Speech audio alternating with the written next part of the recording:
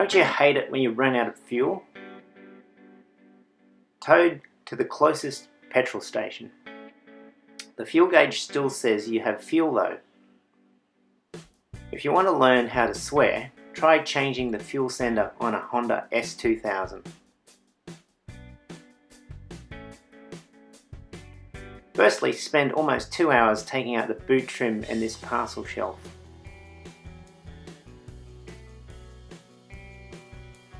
Sure, it has a retractable roof, so we can use these buttons here and open the roof. Mine has the roof with a glass window, so this is in the way. When fully retracted, the parcel shelf is under the folded roof. Reach past this wind deflector. There are 4 screw rivets behind the seats. So the camera shows there's 1, 2, and there's 2 on the other side. If the scrivets have been taken out before, they just spin round and round. By feel, you have to apply a force outwards while unscrewing them. This is done through the small gap above the wind deflector. The rear trim has another 3 hard to reach scrivets. They're at the back there. This shows the spinning screw. This shows using some blue tack to pull the spinning screw out. Hot glue would work, but you can barely get to the screw. This took almost 90 minutes. Got to calm down and go back in there to pull the clipped trim out. The rear trim clips out. The parcel shelf has 4 white press-in clips to lift up. The clips are at the back here. If you lift the rear up too high, the front cannot come out, so you can't get the parcel shelf out. This shows the gap to take the parcel shelf out. You've got to get it out through this gap here. Inside the boot, we can now see where the fuel pump is. The parcel shelf must be removed to access the fuel pump. The current reading is 6 bars over halfway. Remove 3 Phillips head cover screws.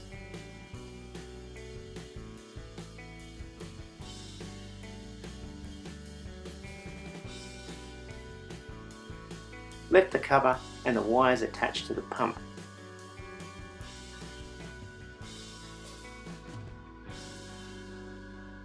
Squeeze the tab on the blue clip and remove the connector.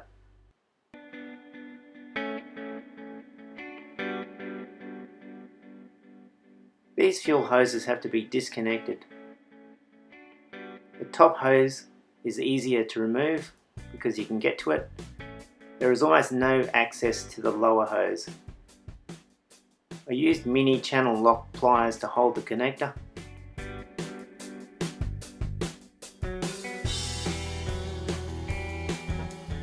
This shows the connector mechanism. So you got to squeeze there, push on the hose forwards while twisting.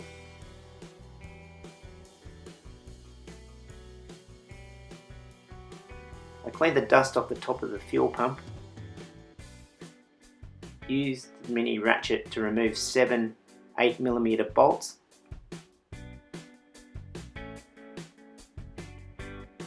Make sure you remove this 10mm nut so you can take the pump assembly out. So 3 hours later we have the pump assembly removed. Remember to insert the float and filter in first when reassembling. We test the resistance of the fuel sender. On empty, it's 130 ohms, and full it's 60 to 65 ohms. That's the old one. Here's a replacement new fuel sender. On empty, it's 131 ohms, and full it's about 12. The sender also has about 50 ohms in the middle. The resistance circuit board has to be removed. This exposes the hole that lets you push the catch down to let the old sender off. The catch will lock into the back of the new sender. The new sender is placed into the slot. Click it securely in place. That compares the old one to the new one. Reinstall the fuel pump. Make sure you angle the float into the cavity first. The hoses and clips go on easier than removal. The frustration does not end. You have to get this parcel shelf back through this hole. Almost zero room to get the parts back in. This trim panel was the ultimate nightmare. This took almost an hour by itself to replace. I had to take the seats out to get that last trim panel in. Left is the old incorrect sender, right is the new correct sender. Correctly reading 3 bars over halfway. Thanks for watching.